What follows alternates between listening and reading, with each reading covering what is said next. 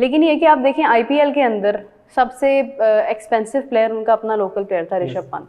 उसके बाद आप देखें कि उनका जो हम करोड़ों की बात करते हैं ना, हमने यहाँ पे डेविड वार्नर को जितने में खैर मैं मवाजना नहीं कर रही हूँ, मगर मैं इंपॉर्टेंस बता रही हूँ कि उनका एक 13 साल का लड़का एक 1.1 करोड़ के अंदर उसकी ऑक्शन हुई है। आप देखें 13 साल का बच्चा है वो, वैभव सूर्यवंशी। तो this is how they work, this is how they run the system, कि वो अपने लोकल प्लेयर्स को कितनी अहमियत देते हैं। अभी कल का मैच है, एक कल का मैच कलकत्ता नाइट राइडर्स का, और इसके अलावा एक मैच जिसमें रचिन रविंद्र ने परफॉर्मेंस दी थी। सिर्फ ये 2 मैचेस हैं जहां पर जो इंटरनेशनल प्लेयर्स हैं इन्होंने अच्छी परफॉर्मेंसेस दी हैं। अदरवाइज तमाम के तमाम उनके लोकल टैलेंट था जिसने परफॉर्मेंसेस देकर मैच विन किया, चाहे वो बॉलिंग की वजह से हो चाहे वो बैटिंग की वजह से हो। ये देखिए कि लोकल प्लेयर परफॉर्म क्यों कर रहे हैं, लोकल प्लेयर इसलिए परफॉर्म कर रहे हैं डोमेस्टिक है पीछे पूरी, वो उस सिस्टम को भी समझते हैं। हाँ। इन ग्राउंड्स के ऊपर खेलने में वो कंडीशन को भी समझते हैं। वो सारी कंडीशन को समझने के बावजूद फिर उनको ये प्रेशर नहीं है कि उनके सामने एक बड़ा कोई सुपरस्टार खेल रहा है। उनको जो इंडिया के अंदर इन्वायरमेंट दिया जाता है वो सुपरस्टार वाला ही दिया जाता है। अगर उनकी को रणजी ट्रॉफी के अंदर को बड़ा मैच हो रहा होता है जिसमें रोहित शर्मा विराट कोहली खेल रहे होते हैं तो स्टेडियम भरा होता है। हाँ। ये जो प्रेशर होता है ये उनके ऊपर नहीं होता है। यहाँ मिसाल देता हूँ, हसन नवाज है। हसन नवाज ने कितने ऐसे मैच खेले होंगे जिनके अंदर पूरा स्टेडियम भरा होगा, और कितने ऐसे मैच होंगे जिसके अंदर उसने टीवी के ऊपर टेलीविजन मैच इम्पैक्ट डाला हो, सडनली आकर कोई इम्पैक्ट डाल दिया हो। हमारी तो आवाम ऐसी है, 100 के ऊपर ये किंग बना देते हैं। तो अगर वो मुसलसल परफॉर्मेंसेस देते तो क्या हम लोग हसन नवाज को आज अपना कोई प्रीमियर वो किस्म का कोई प्लेयर ना समझने लग जाते? देखिए हसन नवाज को जब लाया गया था तो उसके पीछे सोच क्या थी? पहले तो बात ये है कि क्या आप सिर्फ पावर प्ले लूटने के लिए प्लेयर को लेके आए थे? पावर प्ले के बाद क्या क्रिकेट नहीं होती है? पावर प्ले के बाद बाकी जो आपने 14 ओवर खेले हैं वो उसके लिए कोई अलग प्लेयर रखे हुए नहीं। दुनिया में क्रिकेट ये होती है कि चाहे 40-50 रन करें लेकिन कंसिस्टेंट करें। हर मैच में 30-40 करें। अब उसने 100 कर दिया, अब पूरी दुनिया में मजाक बना हुआ, वर्ल्ड रिकॉर्ड बन गया कि एक सीरीज के अंदर एक बंदे के 3 0। अब मुझे बताएं 100 है, अब 100 के ऊपर आप देखिएगा, आप ये आने वाला वक्त भी बताएगा, आप उसको दोबारा टीम में देखेंगे, यार इसने वो 100 किया था और कहाँ किया था? न्यूजीलैंड में 100 किया था। ये नहीं है कि किसी ने पाकिस्तान लेकिन वो बाकी के 0 भी नजर आने चाहिए ना। लेकिन वो 0 नहीं ना, वो 0 के ऊपर मट्टी पड़ जाएगी। वो कहेंगे आकिब जावेद ये इस बात के ऊपर डट जाएंगे कि देखें कितना टैलेंट प्रोड्यूस किया मैंने, उसने 100 किया। और आकिब जावेद के साथ और बहुत सारे लोग डटे हुए होंगे कि देखिए उसने 100 तो किया ना। अब सलमान अली आगा को हम T20 प्लेयर मानते हैं क्या? नहीं मानते ना। लेकिन उस बंदे ने अपने सीधे बल्ले के साथ शॉट खेल के बताया कि यहाँ रन हो सकते हैं। अगर जिस बंदे को हम प्लेयर नहीं मानते T20 का, अगर वो प्लेयर T20 के अंदर रन्स करता है तो मेरे बाकी जो प्लेयर हैं जो हम कहते हैं कि स्पेशलिस्ट है T20 के लिए, वो रन्स क्यों नहीं कर रहे हैं? नहीं इमरान साहब, आपने पावर प्ले की बात की है। हम अपने एक्सपर्ट्स के साथ पावर प्ले भी हार गए थे T20 में। जब ऑस्ट्रेलिया की बारी थी, ऑस्ट्रेलिया में उनके तमाम सबसे जो बेस्ट प्लेयर्स हैं वो काफ़ी हद तक मिसिंग थे। उसके बावजूद हमारा तो बल्कि पूरी टॉप टीम थी। बाबर आजम थे, रिजवान थे, हारिस थे, शाहीन थे। पावर प्ले रह गया था बारिश की वजह से। कुछ आपको याद होगा ना, ये जो हमारी रिसेंट ऑस्ट्रेलिया सीरीज हुई है उसमें वो सिर्फ 7-7 ओवर्स का या 6-6 ओवर्स का शायद मैच था, इस तरह से था। बिल्कुल। उसमें हम लोग तो वो हार गए थे, हमसे रन ही नहीं बने थे। आप पावर प्ले की बात कर रही है ना। आप मुझे बताएं आपकी टीम क्या 20 ओवर पूरे खेलती है? नहीं। इस न्यूजीलैंड की सीरीज के अंदर नहीं खेल पाती। हर इनिंग में आपकी टीम पूरी ऑलमोस्ट आउट हुई है सिवाय एक मैच के। हमारी गेम तो 40 ओवर्स की होती ही नहीं है अगर हम पहले बैटिंग कर रहे हैं। हाँ जी, अनफॉर्चुनेटली। कल का अगर हम मैच देखें, अगर हम कल के मैच के ऊपर आ जाएं, आपने किए 129 रन, 129 रन का टारगेट दिया। न्यूजीलैंड ने वो टारगेट 11 या 12 ओवर में पूरा कर लिया। और आप पहले मैच में जिसपे आपने जीता था, पावर प्ले में उन्होंने मेरे ख्याल से 80 प्लस या 90 के करीब रन्स बनाए थे। और आपने जब न्यूजीलैंड से मैच जीता तो आप दुनिया को ये बता रहे थे कि हमने जी वो देखा वर्ल्ड रिकॉर्ड बना दिया, 10 ओवर के अंदर हमने इतने रन्स बना दिए। उन्होंने कहा अच्छा अगले मैच आओ, उन्होंने 11 ओवर में मैच ही खत्म कर दिया। हाँ, और ये उन्होंने अभी एक बार नहीं किया, इससे पहले भी बहुत दफा किया। 91 रन तो ये वो कंसिस्टेंट करते हैं। तो हम कभी, मुझे लिटरली ये पता था कि पाकिस्तान ने जो 200 रन किए हैं ना, वो कई सालों बाद ही होंगे जाके। नहीं, हंसते हैं लोग हम पे, यकीन करें प्लेयर्स हंसते हैं। मुझे अभी भी याद है, आज तक I still can not forget that कि हमारे ये 2024 का जो वर्ल्ड कप था, इससे बिल्कुल पहले हमारी इंग्लैंड सीरीज़ थी। और इंग्लैंड सीरीज़ के अंदर हमारा आज़म खान भी खेल रहा था, वो हिस्सा था स्क्वाड का, जब मोहम्मद आमिर भी थे, इमाद भी थे, सब लोग थे। तो हमारी इंग्लैंड सीरीज़ थी। आप यकीन करें कि इधर से विकेट निकालते थे, उधर से वो हंस रहे थे इंग्लैंड के प्लेयर्स, वो इंजॉय कर रहे थे, उनको लगा था वो बच्चों के साथ खेल रहे हैं। जबकि इंग्लैंड कोई बहुत ज़्यादा नुमाया नहीं रहा 2024 के वर्ल्ड कप में। आपने भी कभी नोट किया है कि पाकिस्तान टीम के साथ लोग लंबे मतलब टेस्ट मैचेस ज़्यादा क्यों नहीं खेलते पाकिस्तान के अंदर आकर? क्यों नहीं खेलते? दो मैचेस खेलते हैं क्योंकि मैच ही खत्म हो जाता है 2-3 दिन उन मैचेस की एक तो वैल्यू कम होती है।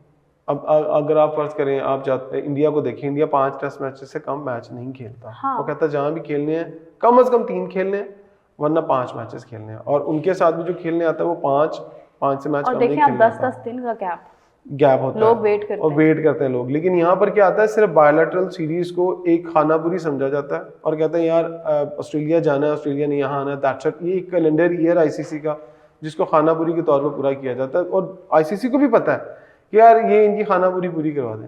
हमें एक वक्त लगेगा, आपने भी कल कहा था 10 साल का वक्त चाहिए है अगर क्रिकेट ठीक करनी है। वो भी क्रिकेट अगर ठीक करनी है तो आज शुरू करेंगे तो 10 साल। हाँ, अगर आप इसी तरह चलते रहेंगे, जितना दूर जाएंगे उतने आपका टाइम पीरियड बढ़ता जाएगा क्रिकेट खेलने का।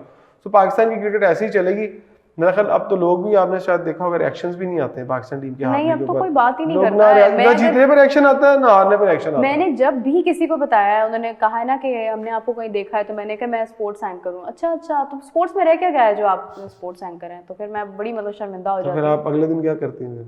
फिर आने का दिल करता है काम पे? आ जाती हूँ, फिर शो करती हूँ आके। अब हमारे व्यूअर्स हैं, हमारे बड़े लॉयल, लेकिन हमारे जो प्लेयर्स हैं वो एक दिन सीरीज हारते हैं, अगले दिन बड़े खुशी खुशी एयरपोर्ट से बाहर आ रहे होते हैं। जैसे आज हमारी टीम के 8 प्लेयरों ने ज्वाइन कर लिया टीम को, और 8 प्लेयर वापस आ गए हैं, और वो बड़ा प्राउडली आ रहे होंगे। हो सकता है कुछ लोगों को फूल भी पहनाने आए एयरपोर्ट के ऊपर। हसन नवाज की फैमिली है, इन्हें 100 कीता जी। नहीं, वो तो उनकी फैमिली के इंटरव्यूज भी सामने आए थे। देखिए बुरी बात नहीं है अभी हसन नवाज को जज करना, इट्स टू अर्ली। अभी जज करना टू अर्ली? मैं कहता हूँ जज हो चुका है। मैं वही कह रही हूँ कि ये बहुत गलत है। हाँ, एज अ सुपरस्टार जज करना गलत है, अगर टैलेंट जज करना तो वो हमें जज हो चुका है। नहीं देखें, एक प्लेयर है, उसने एक 100 किया, ठीक है, वो कैसे किया, क्या किया, वो 100 उसका लिखा गया है, और न्यूजीलैंड के अगेंस्ट ही लिखा गया है। कौन खेल रहा था, बॉलिंग कौन कर रहा था, किधर क्या छूटे, किधर शॉट मारा, किधर शॉट नहीं मारा, ये कभी भी रजिस्टर्ड नहीं हुआ, ना ये डेटा एनालिस्ट बता 100 रजिस्टर्ड हो गया। इसके लिए आपको अपने दिमाग से मैच देखना और एनालाइज करना पड़ता है। बट बात यह है कि क्या ही अच्छा हो कि अगर आपको पता चल गया है कि ये प्लेयर 100 करने की एलियत इसने रखी है, जैसे भी रखी है, आप उस पर काम करना शुरू कर दें। आप उस पर आज काम करें, आप उसकी टेक्निक ठीक करें, आप उसके कदम चलाएं आगे को, आप उसको जैसे भी आपने करना है, आप उसको थोड़ा बहुत मूवमेंट सिखाएं, उसके ऊपर मेहनत करें, तो हो सकता है कि ये प्लेयर आगे जाए, अगर आपने लेके जाना है तो। देखिए मेरा ख्याल है कि हसन नवाज के ऊपर इन्वेस्टमेंट करना वेस्ट ऑफ टाइम। नहीं तो फिर किस पे करनी है? अगर इन्वेस्टमेंट करनी है ना इसमें, तो इसको फर्स्ट क्लास खिलाएं, कम से कम फर्स्ट क्लास के 25-30 मैचेस खिलाएं। देखिए फर्स्ट क्लास के अंदर क्या होता है, फर्स्ट क्लास के अंदर आप मुंह उठा के शॉट नहीं मार सकते हैं, वहाँ अच्छे स्पिनर लगे होते हैं और आपको बॉल रोकना आता है, आपको चारों तरफ बॉल खेलना पड़ता है। वहाँ पर तो पैड पे लगे आउट दे देते हैं। बदकिस्मती मेरे यही है कि मैंने कल भी बता रहा था कि न्यूजीलैंड के अगर जो प्लेयर खेल रहे हैं, अगर उनका आप करियर निकालें तो उन्होंने T20 मैचेस को 40-40, 50-50 खेलने में। अगर हम अपनी टीम के मैचेस निकाल लें तो हमारी टीम के उतने मैचेस नहीं बनते, आधा मार्जिन है। नहीं, न्यूजीलैंड के कुछ प्लेयर्स ऐसे भी हैं जो पाकिस्तान के अगेंस्ट जब खेलना होता है तो वो 3-3, 4-4 मैचेस वालों को भी खिला देते हैं। लेकिन फर्स्ट क्लास तो खेले होते हैं उन्होंने, अपने डोमेस्टिक का एक्सपीरियंस होता है उनके पास। बात कर रही हूँ कि वो बड़े यंग प्लेयर्स को भी खिला दिया उन्होंने। लेकिन ऑस्ट्रेलिया भी इसी तरह करता है, उनके वो बच्चे भी इनको हरा देते हैं। अफसोस की बात तो ये है कि साउथ अफ्रीका में मफाका नाम मुझे भी नहीं भूलता, तीनों फॉर्मेट्स में वो एक नया प्लेयर था, उसका डेब्यू था, तीनों फॉर्मेट्स में उसने हमारे किंग को आउट कर दिया, बाबर आजम को। असल में क्या था, एग्रेशन था, एक पैशन था कि ना हाँ यार बाबर को गेंद कर रहा हूँ तो मैंने पूरे, और उन्होंने लगाया मफाका को बाबर की दफा। मेरा ख्याल अब हमारे सुफियान मुकीम के साथ जो हुआ है वो आपने देख लिया। अब देखिए कल से हम बहुत सारे कम लोग इसके ऊपर बात कर रहे हैं कि सुफियान मुकीम का कसूर क्या है, क्या यहाँ पर भी जिद आड़े आई हुई है कि आकिब जावेद ने क्या नहीं, मैं इन्हों नहीं खेलने देना। 2 विकेट्स निकाली उन्होंने आते ही। देखिए 2 ओवर में 2 विकेट्स निकाली और रन्स भी नहीं दिए, तो अगर उसको आप पूरी सीरीज खिलाते तो आपके 4 ओवर कहीं ना कहीं तो काम आता है। लेकिन मैं आपको ये बता दूं, न्यूजीलैंड की सीरीज वनडे वाली इतनी आसान नहीं होगी न्यूजीलैंड के लिए। वो सीरीज थोड़ा टफ सीरीज होगी, मुश्किल सीरीज होगी, क्योंकि वहाँ प्रॉपर स्पिनर्स अगर खिलाएंगे तो फिर मैं वही बात करूँ, अगर खिलाएंगे तो। आई विश के जो होना है अच्छा हो, लेकिन फर्क नहीं पड़ता है। इमरान, हम लोग पहले सीरीज जीतते हुए जा रहे थे, हम फेवरेट थे चैंपियंस ट्रॉफी में, हमारी होम ग्राउंड थी, मगर बड़े टूर्नामेंट्स का प्रेशर ही हमसे हैंडल नहीं होता है। तो इसलिए अब तो हम ये जो है ना एक कन्फ्यूजन और एक ये जो इल्यूजन है हमारे आगे कि नहीं हम सीरीज जीत रहे हैं तो हम भी अच्छी टीम बन गए हैं, इसका तो किस्सा ही ख़त्म हो चुका है। इस पे तो हमें कोई होप नहीं है कि हम सीरीज जीतने के बावजूद जो है वो बड़े टूर्नामेंट्स में कुछ कर पाएंगे। सवाल मेरा ये है कि अगर पाकिस्तान को क्वालिफाइंग राउंड खेलना पड़ गया तो क्या होगा? क्वालिफाइंग राउंड खेलना पड़ गया तो फिर मुझे लगता है सारे सीनियर दोबारा से वापस आ जाएंगे। जितने भी सीनियर हैं वो टका के जोर लगाएंगे कि किसी तरह से क्वालिफाइंग राउंड में हम क्वालिफाई कर जाएं अपनी मेन इवेंट के लिए। तो ये भी एक हमारी लम्हा फिक्रिया है कि क्वालिफाइंग राउंड अगर खेलना पड़ जाता तो मेरा फिर आप अंदाज़ा लगा लें कि इस क्रिकेट का बेड़ा गर्क करने में किस किस का हाथ है। सबका फिर जो तजर्बात कर रहे हैं इनको कभी कोई कटहरे में लाएगा, कभी कोई इनसे पूछेगा, वो सवाल करेगा। ये तो नहीं है ना मेरा कि आपने 2 साल के लिए आकिब जावेद के हवाले क्रिकेट की और वो क्रिकेट का बेड़ा करके चले गए और उसको पूछने वाला कोई नहीं है। ये जो इंडिया ने एक सिस्टम बनाया हुआ ना, जो प्लेयर जितना परफॉर्म करेगा उसको उतने पैसे दें, उतना मुआवजा मिले। यहाँ पर भी मेरा ख्याल है कुछ ऐसा होना चाहिए कि परफॉर्मेंस बेस आपको मुआवजे मिलने चाहिए। विदाउट परफॉर्मेंस अगर आपको मुआवजे मिलने शुरू हो जाते हैं, उन्हें पता है कि यार आकिब जावेद साहब को मेरा 2 साल का कॉन्ट्रैक्ट है, मेरी इतनी सैलरी है, मैं टीम जीते हारे मुझे कभी किसी ने पूछना ही नहीं है, मैं किसी और मुल्क के साथ जाऊंगा, कहीं और जाके काम कर लूंगा, किसी और असाइनमेंट पर लग जाऊंगा। ये लगाने की देर है आपके, बहुत सारे क्रिकेटर्स रिटायरमेंट लेके बाहर चले जाएंगे। मेरा ख्याल है कि शायद अब वक्त आ चुका है कि हमारे जो अच्छे कोचेज हैं उनको हायर कर लिया जाए, चाहे वो इंटरनेशनल कोचेज। अब आप कह रही हैं कि हम बाहर वाले कोचेज के साथ बुरा सलूक करते हैं, तो ये बात सबसे पहले मोहसिन नकवी साहब को हमें समझानी पड़ेगी कि जो पढ़ा लिखा क्वालिफाइड कोच नहीं, हम बुरा सलूक नहीं करते, हम इतना अच्छा सलूक करते हैं कि वो कोचेस ये भूल जाते हैं कि उनकी असल जिम्मेदारी क्या है। हम उनको इतना फ्री हैंड कर देते हैं। अगर मैं खुले लफ्जों में बात करूं, पाकिस्तान के अलावा वो हर जगह पे वक्त गुजारते हैं। वो अपने जहाँ से वो बिलोंग करते हैं वहां पे जाके रहते हैं, सिर्फ टूर्नामेंट टू टूर्नामेंट वो आते हैं, चंद मैचेस देखते हैं, चले जाते हैं। ये कौन सी ऑनलाइन कोचिंग हो रही है? उसका आज मैं एक हाल बता देता हूँ। अगर फर्ज करें आपने जैसन गिलेस्पी को, गैरी क्रिस्टन को कोच लगाया था ना, तो उनके सामने उन्हीं के पाए के बंदे बैठाएं, इंजमामुल हक को बैठाएं, मोहम्मद यूसुफ को बैठाएं, उन्हें कहें यार ये 4 5 6 लोगों का कॉम्बिनेशन है, आप लोगों ने चलना है। अगर उनके सामने आप जूनियर लोगों को लगा देंगे, गैरी क्रिस्टन के सामने जिनका कोचिंग एक्सपीरियंस 0 होगा, तो वो उनको आप अंडर ले आएंगे, वो प्रेशराइज करेंगे उनको। लेकिन जब आप उनके सामने एक्सपीरियंस लोग बैठाएंगे तो वो भी उनकी बात सुनेंगे कि नहीं यार ये बात कहीं ना कहीं ठीक कर रहे हैं। देखिए मेरे भी एक छोटी सी बात है, हमारे जितने भी पॉलिटिशियंस हैं या अमीर लोग हैं, इलाज करवाने के लिए कहाँ जाते हैं? अस्पताल। किस मुल्क में जाते हैं? पाकिस्तान से इलाज नहीं करवाते हैं।